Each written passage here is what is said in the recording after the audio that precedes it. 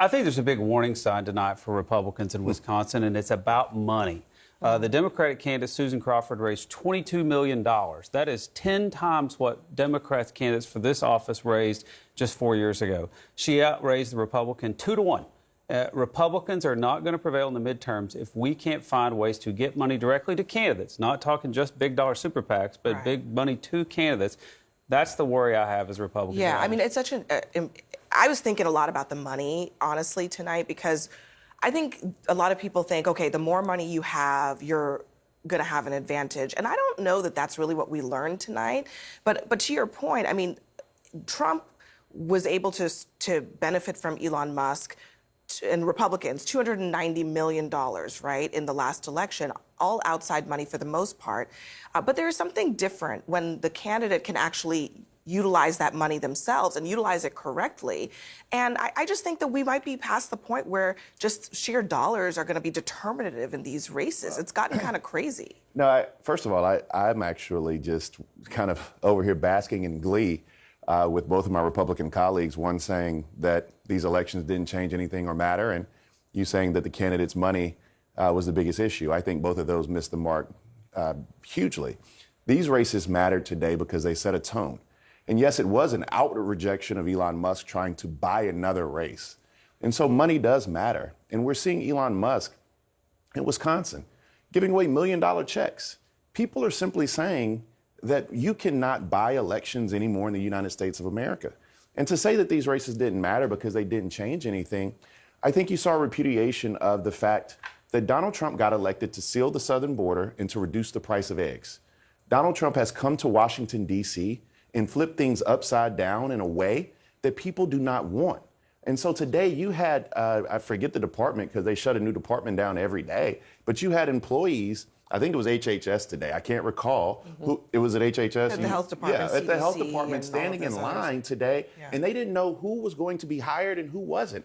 And so you can sit here and say that, oh, we're not going to cut Medicaid, we're not going to do this, but the people who are in charge of running those programs don't have jobs today. And so it's hard to effectuate and put those policies in place if Elon Musk is here running roughshod on the government. Now, Bakari, let's be clear.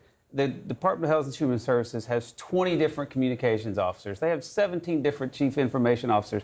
You surely have to admit that there's plenty of room to cut overhead waste, fraud, and abuse. You know, but the crazy part about it is I would prefer those two go in a room and do it and vote on it and do it transparently than Elon Musk sending about 13, 12-year-olds in there to do it. We did that in Bill Clinton's Bill Clinton did it. Yeah. He put a group together. 55 Democrats voted for it at that time. You couldn't find 5 who'd vote for it today because your party got so far left. Brad, I don't know. I don't know if that's true, that. Brad, because it's not even come up.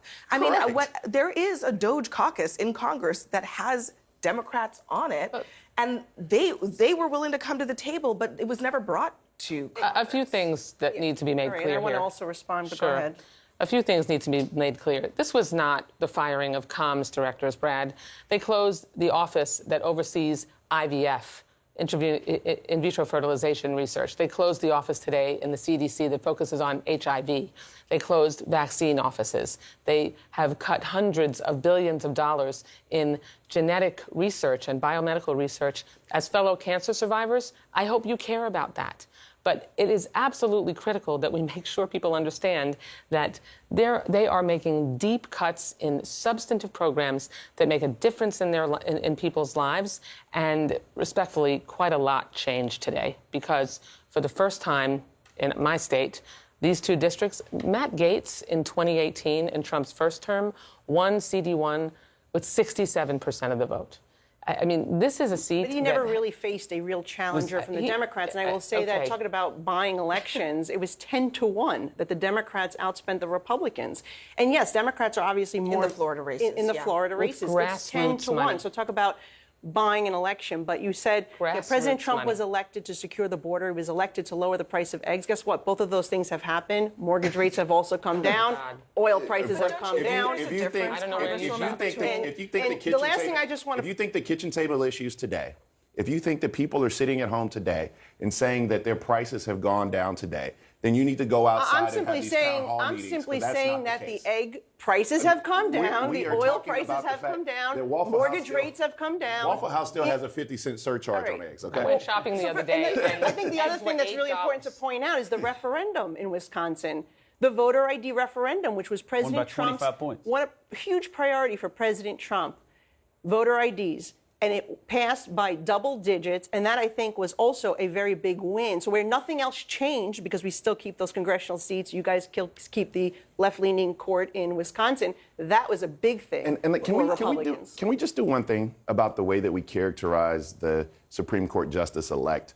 Because we keep calling her liberal. I've seen that all day. And you call her left-leaning, and I've seen that all day.